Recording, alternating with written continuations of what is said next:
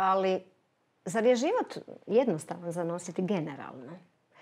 Ja mislim da ljudi zapravo kad bi prestali selektirati život na dobro i loše, na crno i bijelo, kad bi prestali tako dihotomno rezati i doživljavati stvari, kad bi naprosto pustili da to putuje nekim svojim flowom, da bi shvatili da ništa nije slučajno i da iz svega mogu naučiti da je sve razmjena. Mi svi ovdje danas stvorimo jednu priču i svi ćemo dobiti nešto od nekoga i otićemo kao drugačiji, promijenjeni i bolja ljudska bića u svojim kućama. To je ono što naravno da meni se zaista popularnost dogodila. I to je bilo, to je tako ja zaista mislim da neke stvari su predodređene.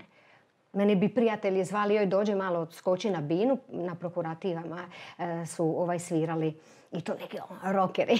Ja skočila na binu, bacila normalno cipele jer sam se ljuljala i gingala na tim štiklama i momentalno bi došlo 300 ljudi ispred.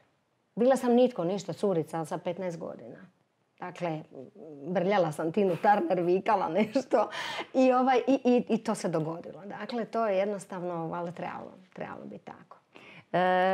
Diraš sa svojom glazbom i sad si rekla nema ljepšeg nego kad uspiješ dotaknuti neko drugo biće sa onim što radiš i stvaraš, ali ti imam osjećaj da dotičeš sa puno stvari. Evo sad mi malo prije mi rekla, prije nego smo krenuli zapravo snimati, ali ne stignem sve što bi ja zapravo htjela i koliko bi htjela. Da.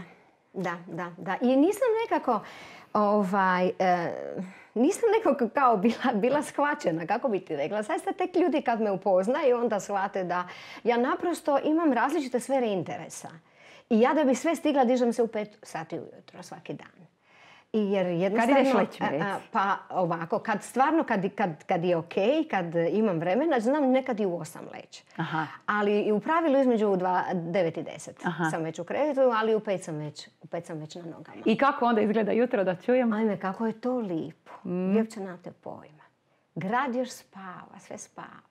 Ptičice tek polako cvrkuću, onda malo izađe na balkon pa se zahvalim za novi dan, za priliku, što sam tu, što postojim i što mogu iskusiti i što mogu pružiti još nešto. I onda skuham svoju jutarnju kafu, onda ja malo pišem, onda malo čitam, onda se malo molim, onda tako krećem u svoje 3-4 puna sata recimo.